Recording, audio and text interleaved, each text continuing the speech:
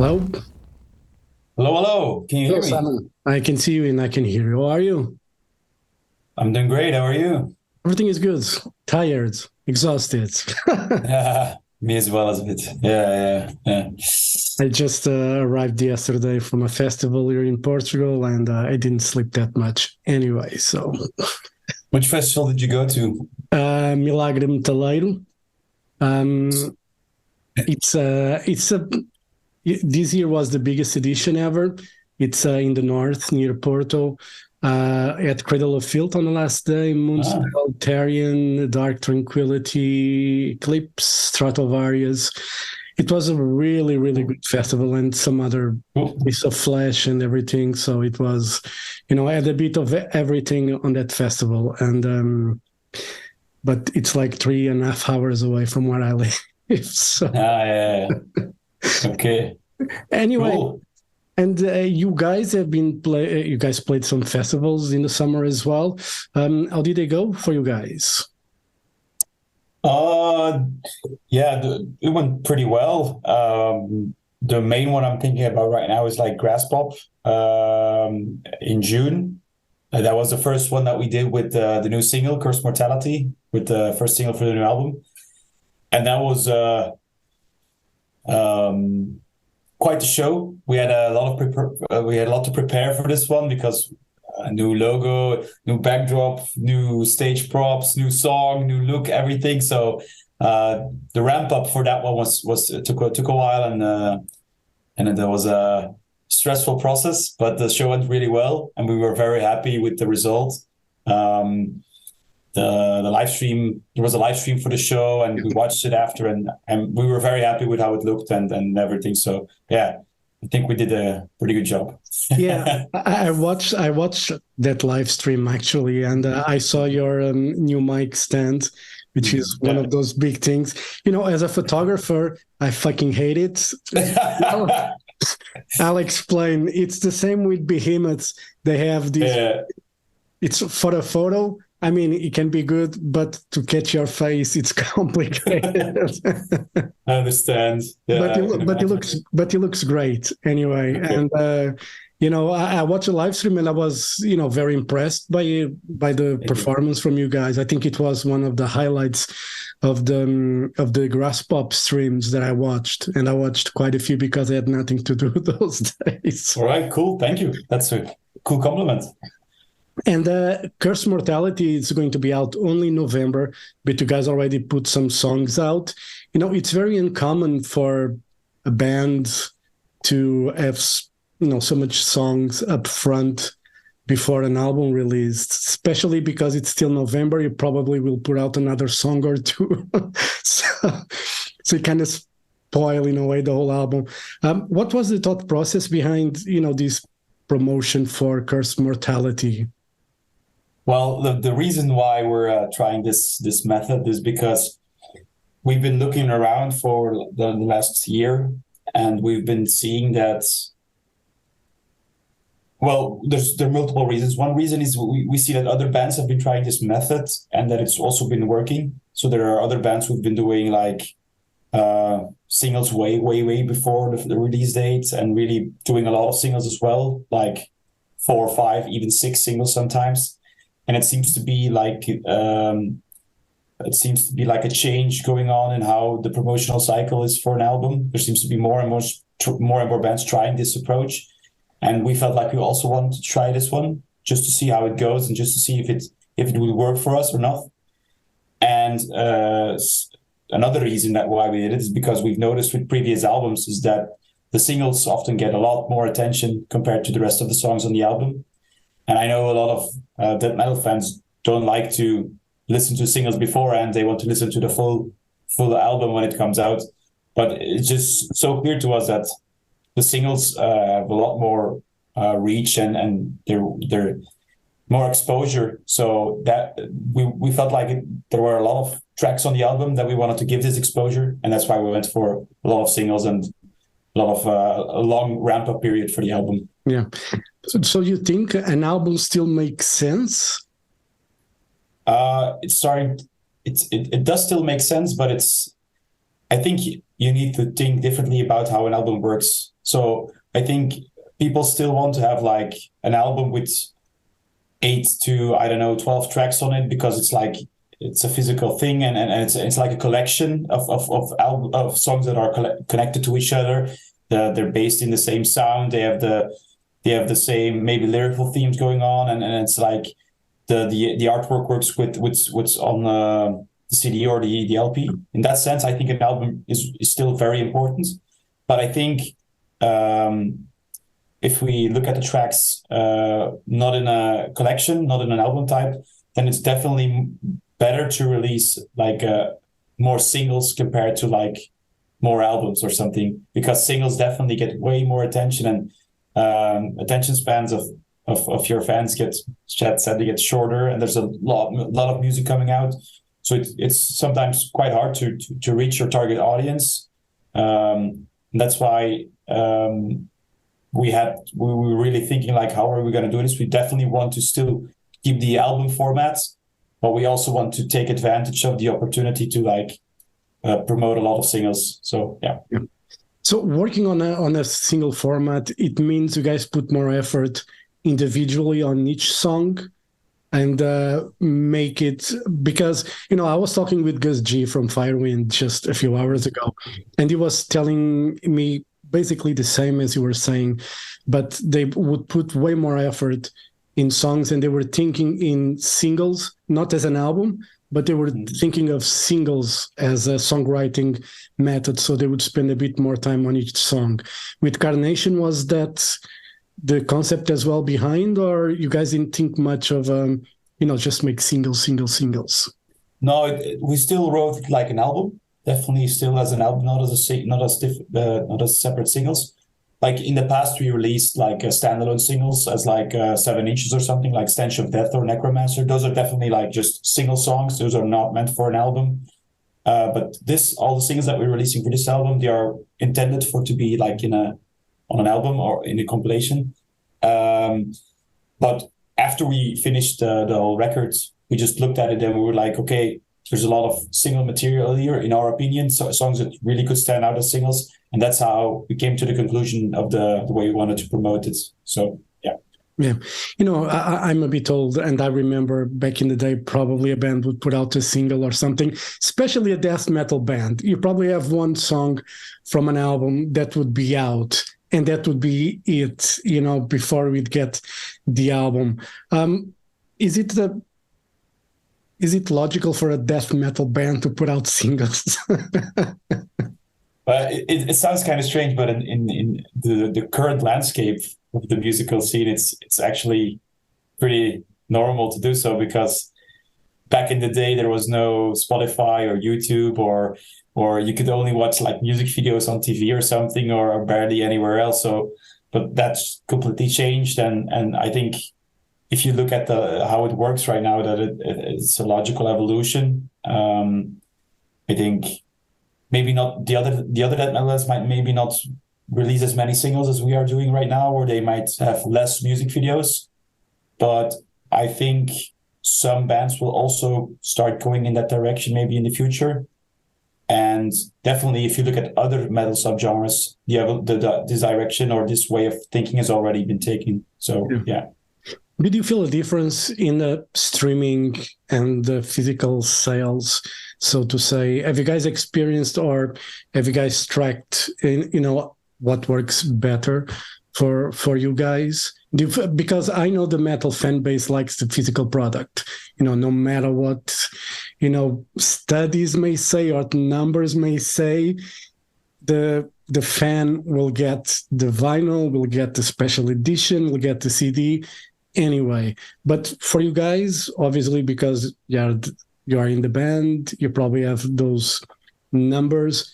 Do you see a difference between sales and streaming services? The way that we experience it, I would say, is like the people that are very much into your band, or that are very fond of the music. They want the album definitely as a physical thing. and also the people, the collectors, and the more maybe old school people, they also really want the product, and that is something that's still like a main focus for us. Definitely, it is like very important for us to have like a cool vinyl design and have everything worked out, and like a really beautiful piece of artwork and a piece of work that you can really check out, and like the lyrical sheet and stuff. But the more casual fan will most likely listen to your music on Spotify or on Apple Music or something, because it's easier, it's quicker, it's they won't really put the time to put on like your CD or like a vinyl, I believe. So it's not like one or the other. I think it's really important for us to like try to cater to the diehard fans, but also to the casual fans, and like keep the balance. Yeah. And use of social media is also important, as you guys are very active, especially on Instagram, with videos and stuff. Is that an important tool, social media, for a band like CARNATION? Because you're not Taylor Swift. Yeah, it's true, but it's also like part of how the scene is changing, or like the I would say the music scene is changing. It's quite difficult to sometimes get word out if you're not using social media. Like you have like a label, and they can like promote your music and stuff, but other stuff like tours and I don't know, stuff that's not going through the label, you need a way of reaching your audience, and that's why social media is still quite important. It's in my opinion, it's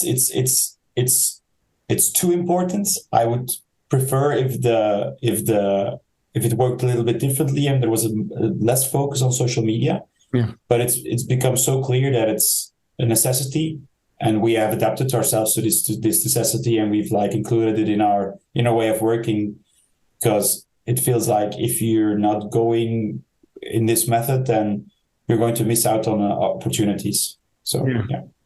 But the content is just not. I see mistakes in some bands where they post content just for the sake of content, and sometimes quality and the way that you use social media is very important. I see, like for instance, you guys put for Replicant the one-take vocal performance from you, which was well done, by the way. And I think it's one of the things that's important. Besides, using social media, it's how to use it and give quality content, because it's just not putting a photo sometimes. Yeah, it can. I agree with you, but it can be tricky to like keep the ball going if you want constant quality or something. So we try to balance it out, like maybe like the really good quality content, like spread it out, and then we fill it up with maybe sometimes some pictures to remind someone of a show or something. So yeah, it's a balancing act, I would say. But yeah, we try to keep like the real like bullshit stuff out of there. So yeah. Obviously, it's easy to fall in a trap of, responding to politics or, current events. And it's a very fine line, to thread in a way for a band, because no matter how right you might be about something, there's always someone that say that you're very wrong in commenting. Yeah. And I see bands making that mistake a lot. Are you referencing a certain individual? That's something that happened recently, or? As well, yes, as well. But even from talking about backing track stuff, and from that end to politics stuff, it's just insane how people fall in the trap. And sometimes it's when you dig a hole, you're just going to keep digging and digging, no matter sometimes you better just stay away from it. And, from now on, for me, I only use social media to put like the concert photos that I take, or to promote the radio show that I have. Or, for instance, on Twitter, I try to retweet, cute cat videos. Because anytime I try to put something that I'm pissed off about politics, I just getting the wrong end of the stick. So. Right. Okay. Yeah, but it's true. There can be traps that you need to be aware of, that you need to be wary of, that you need to avoid. And sometimes we also want to post something, and then we decide we will not post this. This is too much of a gray area. There's gonna be trouble if we post this. So no. Yeah. And sometimes you never win, no matter how much you try and how much right you can be. You never win because I think with social media these days it's very complicated, because you really need to be careful with anything, because things are changing so fast. Because what was cool in the 80s, it's not cool anymore to say. And I agree with that. I remember back in the 80s, people would say stuff to girls on the street. And now you cannot say anything because, it's just wrong to comment. Yeah. And because things have evolved so fast, you really need to be careful. And, just going back to music, because that's what we are here to talk about. Andy LaRocque guests on the opening track of the album, Herald of Demise. How did you guys came about to invite Andy? I mean, he's a legendary guitarist anyway. So, but how did that came about, that opportunity?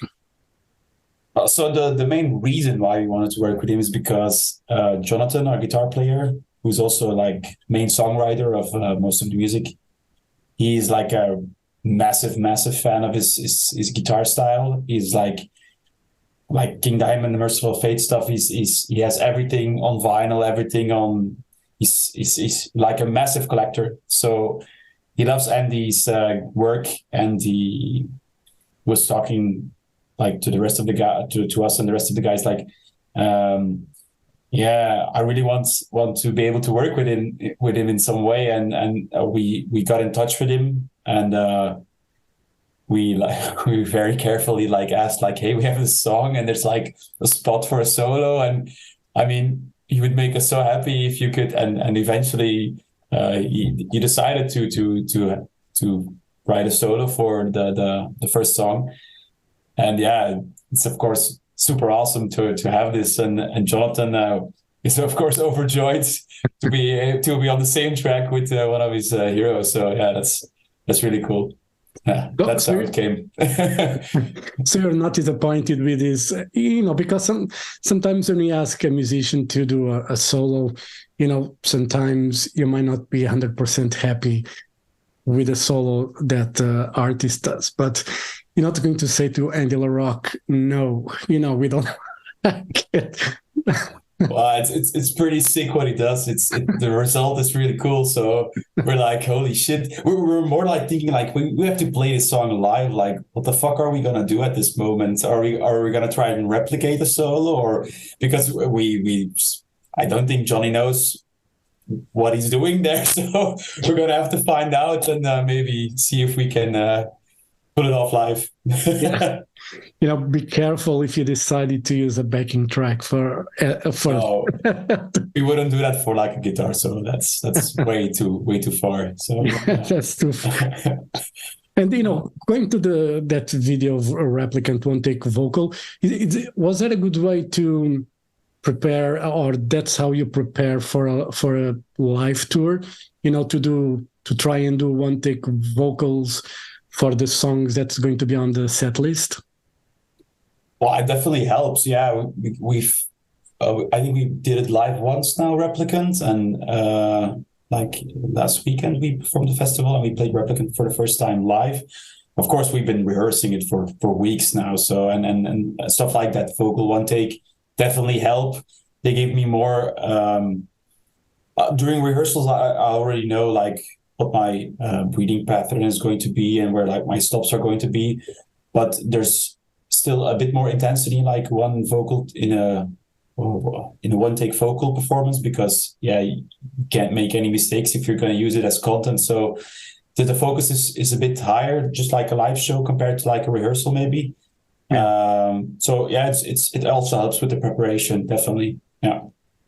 When you play live and you're focused, is there anything that annoys you or distracts you that you, especially as a singer, don't like seeing in a crowd?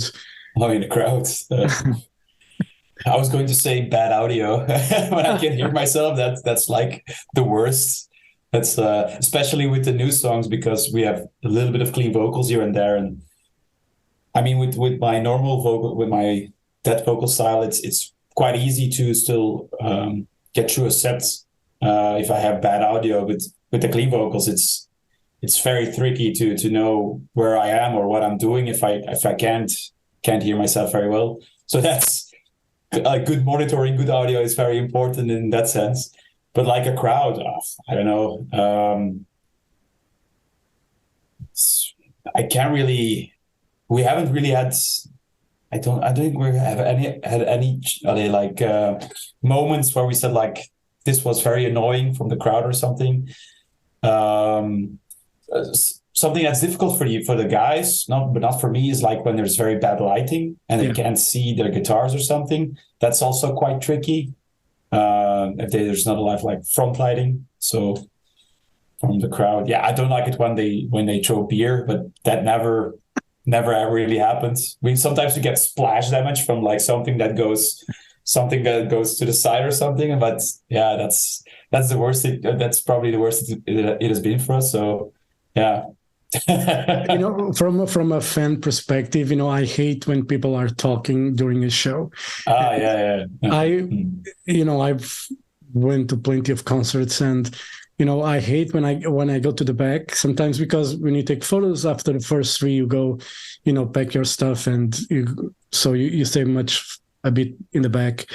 And I hate when people are just drinking and talking and the band is playing. I think it's the biggest disrespect to the artist that's on stage. And, why the fuck did they pay money for a ticket if they want to drink beer and talk? They could do that or at home, just have a beer and listen to music. Yeah, I can understand. I agree. That's from a fan perspective. I can understand, but for us on stage, we can't hear them talking really. It's too far away from us. So I wouldn't say that it bothers me too much if it happens. It's not like I wouldn't be able to hear myself or anything. So yeah, and sometimes the lights are so bright that I can't see further than like the third or fourth row. So I wouldn't even be able to see people talking sometimes. So yeah, it's fine. Yeah. And lyrically, what did inspire you on this record? Because for Replicant, I know it's a song about dealing with the finiteness of our existence, and cursed mortality might be something that My question when I was just going through some of the lyrics and your explanation on the press release, my question was, do you question a lot of things in life? Question things in life. A lot, maybe not, but I question certain things. Yes, there's definitely questions I have about why does it work like this, or how does it work like this, and should it work like this? So yeah, and I guess you can see it on the album as well here and there. What you said earlier, your question about what it mainly is, the album mainly is about like reflecting on life. So like reflecting on things I did in the past, things someone else did in the past, and like reflecting and telling myself or asking myself, like, am I happy with the choices I've made, or am I happy with the decisions I've made, or how do I look back on everything that's happened so far? And the song Curse Mortality is pretty much about what I just said, but from the viewpoint of someone who's already at the end of his life and has like regrets maybe for certain things that happens, and he maybe would have liked to do something to have had the opportunity to do it differently or to go back and to change something, but sadly that's not how it works. And it definitely gave me like a strong feeling of to get most out of every moment and to grab the opportunities that are presented to you. So because your life is so short, it's so finite, and it would be sad to look back and have so many regrets or so many options not taken that were presented. So yeah. Do you have that many regrets? I ask that because I think a lot about what I've done when I was younger and where I am now. And I like where I am now, even though I made some big mistakes, throughout my life. Not that many, fortunately, but some stuff that I regret doing. But I'm here now in this moment, and I'm as happy as I can be. So I wouldn't go back in time to change those things because they led me to this path. How is it with you?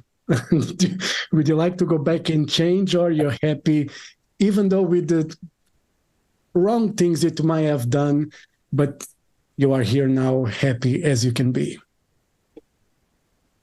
Yeah, that's a good question. So I also would say that, I think everyone does have regrets.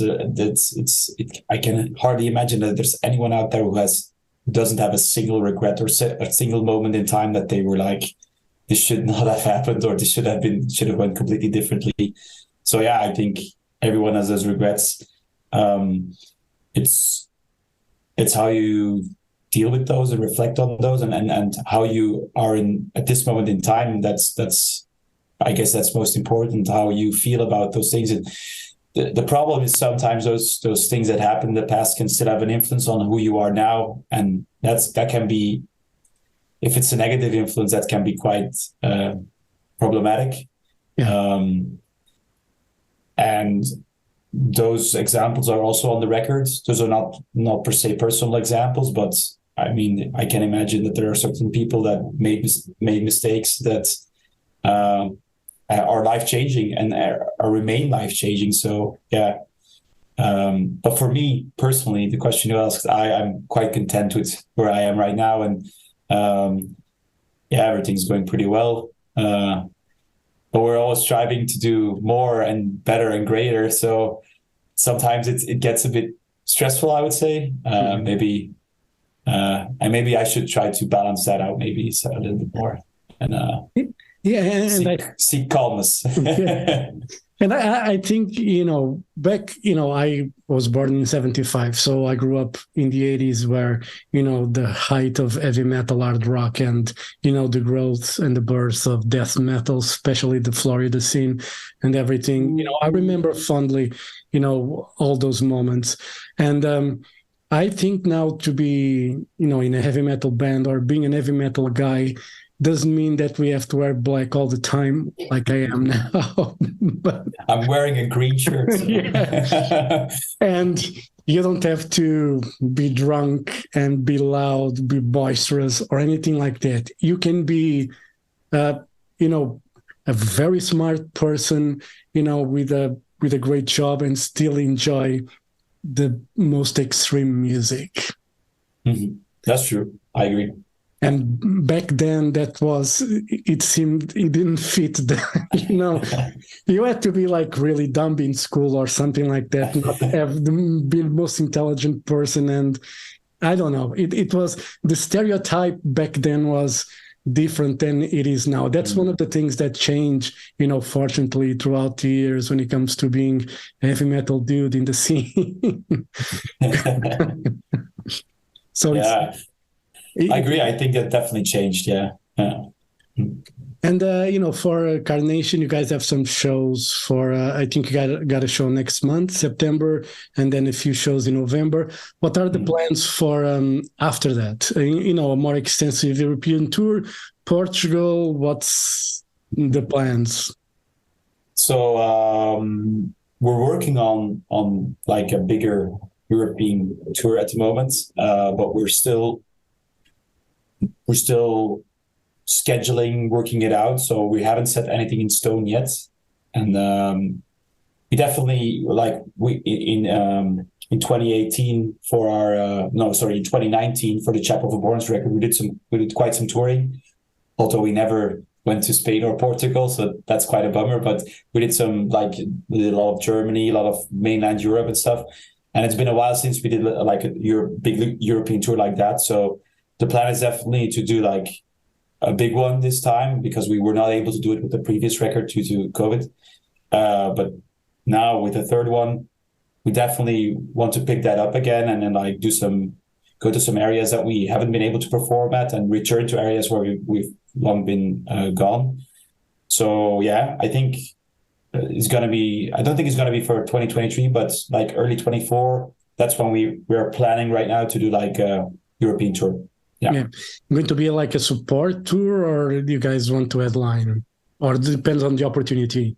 Depends on the opportunity. I think we would prefer to do support tour first, and maybe it would depend on the opportunity. But if we can like join another bands and like reach maybe a new audience with the new music that we have, that would be really cool. And then maybe at a later point in time return as like an headliner, and then we can do like an extended set for the fans that we hopefully now reached. So yeah, we'll see how that goes, and we'll see which opportunities arise. We have a couple of things that we're working on, a couple of leads, but nothing set in stone. So I'm quite cautious, because I've seen, especially in the last 3 years, that things can change very rapidly, and we're very cautious we're very cautious to announce anything until we're very certain that it's going to take place. So yeah. Cool. Right, Simon. It's better that way, Sometimes, things can happen, and it will be a bummer if you announced a big tour and then all of a sudden you wouldn't be on it anymore. Wouldn't be the first band for that to happen. It probably won't be the last. Yes, exactly. All right, Simon, thank you very much for your time. All the best for Carnation and Curse Mortality. Hopefully this album will bring you guys to Portugal. And, if that happens, I'll try to be there to see you guys. Really looking forward to see you guys play live. All right? Awesome. We would love to come to Portugal, really. We've been hoping for every tour that we had in the past and like to be able to play there, but it's so far it hasn't worked out, but definitely intend to do so. Yeah. Cool. All right. Have a great day, and hope to see you soon. All right. Yes. You too, man. Thank you very much. Have a great day. Thank you. Bye-bye. Bye-bye. Bye.